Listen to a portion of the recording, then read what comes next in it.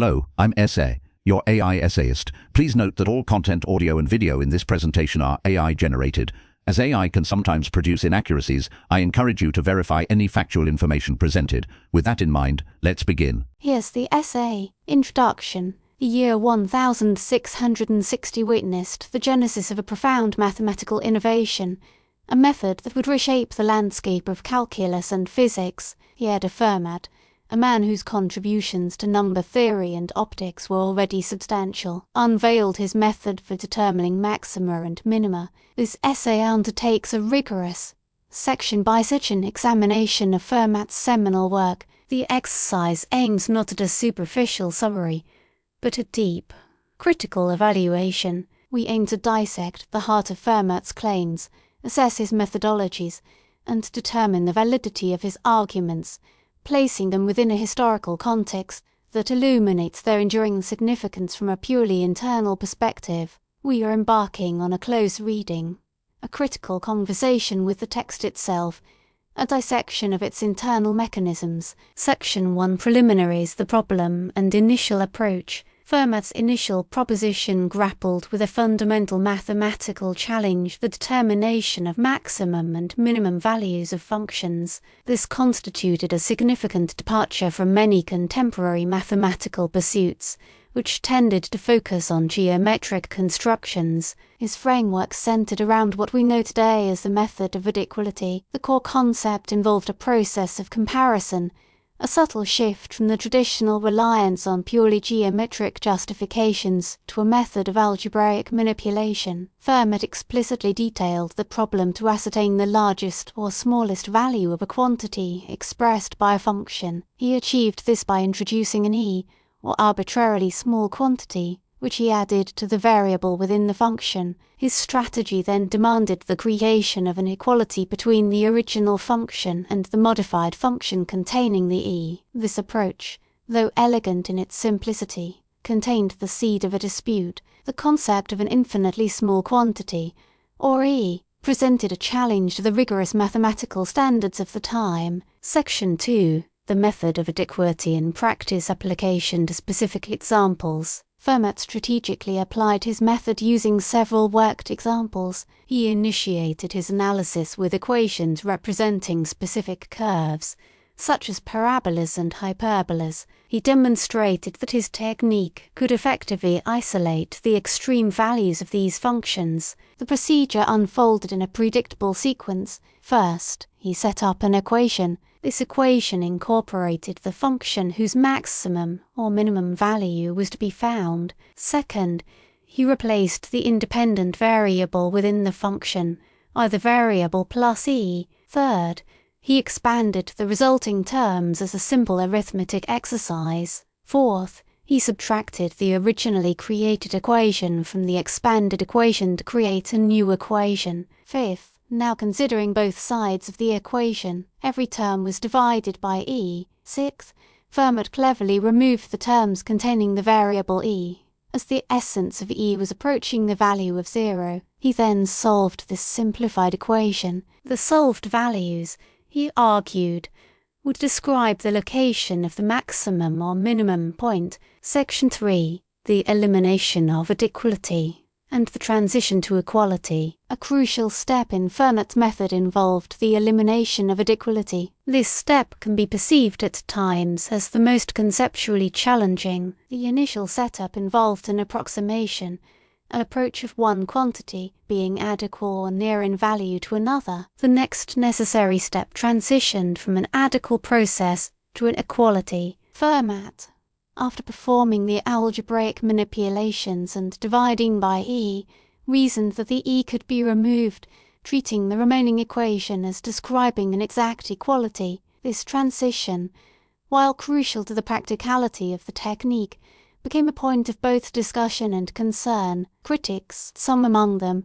noted the ambiguity inherent in allowing e to approach 0 while maintaining its presence in initial calculations. This move, the leap from adiquality to equality, was the foundation upon which the modern concept of the derivative emerged. Section 4 Applications to geometric problems. Fermat cleverly extended his method beyond algebraic formulations applying it to several geometrical problems. Specifically, he addressed the determination of tangents to curves, a problem with profound implications for optics. He showed how the method could be used to find the point on a curve where a line is tangent to it, mirroring the function's local characteristics. He demonstrated that, in essence, he could calculate curvature and analyze the properties of curves. His approach showcased an unexpected connection between the algebraic method and the geometric interpretation. Fermat's adeptness in translating algebraic concepts into geometric reasoning was a key element in his success. Section 5. The methods, scope, limitations and extensions. Fermat's method, despite its innovative nature,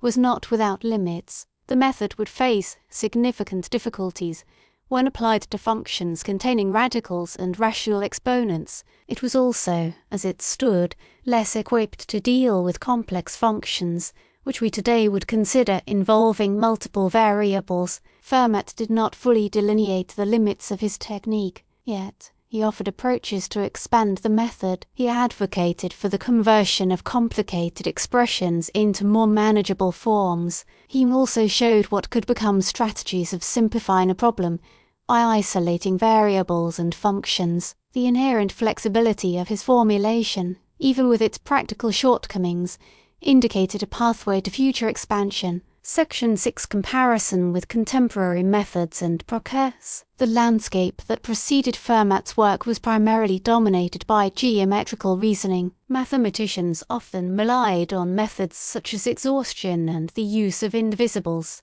which involved treating curves as composed of infinitely small line segments. His methods, while yielding some insights, often relied on complex geometrical arguments. Fermat's approach, on the other hand, offered a powerful, purely algebraic solution. His work diverged significantly from earlier approaches. Fermat's method, in contrast to previous strategies, prioritized algebraic manipulation and a precise formulation. The introduction of E established an entirely new analytical tool. The approach that emerged was faster, more direct, and provided broader applications. Section 7. Disputes and criticisms of Fermat's method. The method for determining maxima and minima did not receive universal acclaim. A chorus of complaints echoed across the academic community. The criticisms, mostly stemming from the treatment of E, centered on the lack of rigorous justification. Critics questioned the validity of treating E as both a non-zero quantity and, simultaneously, at a quantity approaching zero. This apparent paradox undermined the method's logical foundation in the opinion of many. Moreover, the method's algebraic nature prompted some to criticize its lack of geometric rigor. Even though Fermat's method offered a potent tool, the underlying assumptions and the absence of formal proofs created an atmosphere of debate. The arguments centered on core principles and the acceptable parameters of mathematical rigor. Section 8. Subsequent revisions and advancements. Fermat's influence. Despite the criticisms, Fermat's method had a profound influence, directly impacting the development of modern calculus. His work inspired Isaac Newton and Gottfried Wilhelm Leibniz. These later mathematicians, independently, built upon Fermat's approach to develop the first rigorous formulations of differential calculus. Newton, with his focus on fluxions, and Leibniz, with his introduction of the notation for derivatives, introduced formalizations of the limit concept, ultimately resolving the ambiguities associated with Fermat's use of E. These developments, though they transcended Fermat's initial framework, still owed a significant debt to his insights and initial ideas. Thus, Fermat's method for determining maxima and minima provided the foundation upon which the edifice of modern calculus was constructed. Section 9. An examination of Fermat's justification and logical coherence. A core question is whether Fermat's own arguments hold together logically. To assess this, we must focus on the consistency of his method. The central claim rests on the notion of an E or arbitrarily small value. Fermat argued he could introduce this E, perform operations on the expanded expression, and then eliminate the E from the final result. The coherence here hinges on the plausibility, within the framework of the limit concept. While the limit concept hadn't been formalized at that time, the fundamental idea of an infinitesimal value approaching zero was a vital component of the core structure. The apparent paradox of treating E both as a non-zero quantity and as something that, at the end, could be eliminated, represents the most substantial challenge to logical coherence. One can find internal consistency by envisioning E as infinitely small, yet demonstrably present. Section 10.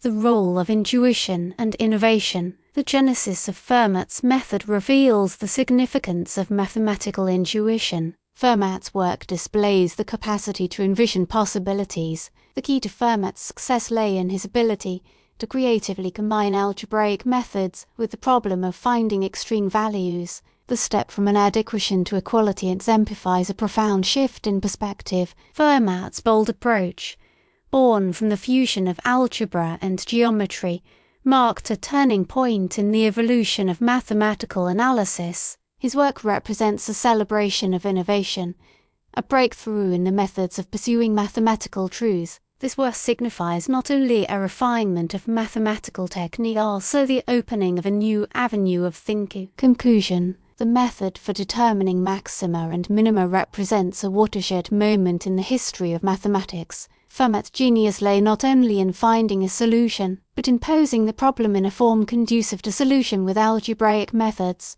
The method itself, though ultimately superseded by the more rigorous frameworks developed later, had a lasting impact by challenging existing methods. The introduction of the arbitrarily small quantity E and the systematic application of algebraic manipulation, while contentious to some, allowed Fermat to find solutions to fundamental problems. The very act of grappling with the apparent paradoxes within Fermat's work spurred further advancements. As a result, his technique was also the seed of the modern calculus. In sum, the method for determining maxima and minima is a landmark achievement. It exemplifies the transformative power of innovation. It demonstrates the enduring influence of a single, elegant idea on the trajectory of modern science. We really appreciate you tuning into this AI-powered presentation. Our goal is to push the boundaries of AI in content creation, and your input is invaluable. If there's a particular subject you'd like to see us tackle next, or if you have suggestions on how we could fine-tune our AI's creative prompts, please don't hesitate to leave your ideas in the comments section. We're excited to bring you more unique content very soon.